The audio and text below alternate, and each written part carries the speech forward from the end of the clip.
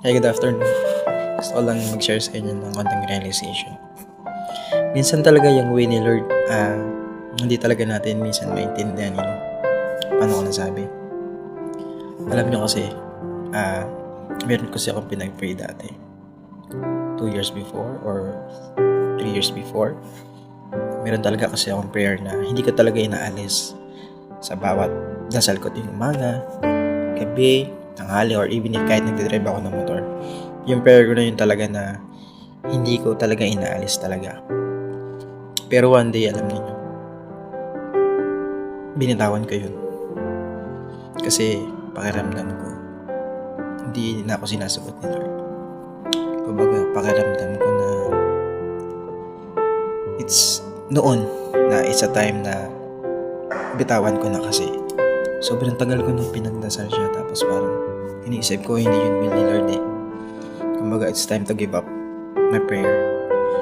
So, fast forward, no? Kaya minsan talaga, si Lord hindi natin alam kung paano matake. Diba?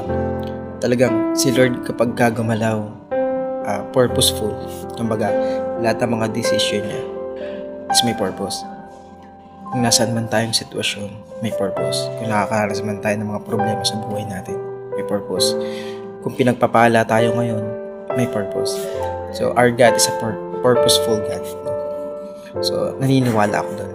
So, ganyan. Bakit sa akin, no?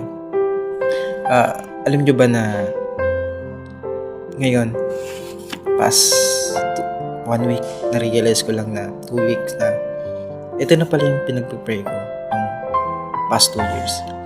Ngayon ko lang na-realize na Lord, ito na pala yun na binitawan ko na matagal na panahon na binitawan ko na.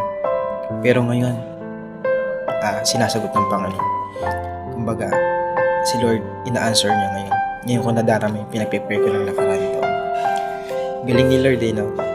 Kaya ako grateful ako kasi nadadama ko feel ko yung pinagpipray ko ng mga nakaraan taon. So, kung tinatanong nyo kung ano yung sa mga kaibigan ko, yun nakakaalam lang. So, I'm grateful, no? Advice ko lang sa mga katulad ko na naka-experience ng ganito. Pag meron tayong isang panalangin na huwag natin susukan yung mga panalangin natin kasi hindi natin alam kung paano gumalaw ang Panginoon sa buhay natin.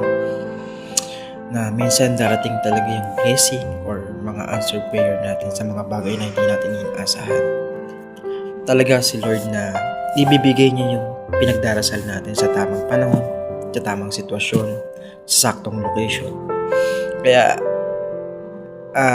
sobrang grateful ng puso kasi nagsisink in lang talaga sa akin na Lord, ito pala talaga yun. So, sobrang grateful ng puso. Kaya mga kapatid sa Panginoon, patuloy lang tayong manalangin sa Panginoon. Patuloy lang tayo. Isuko natin ang buhay natin sa Kanya.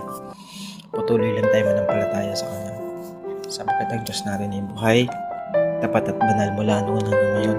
Hindi siya nagbabago. Pag sinabi niya, sinabi niya. Pag pinangako niya, talagang gagawin niya. Kaya, yun lang. Maraming salamat po. God bless.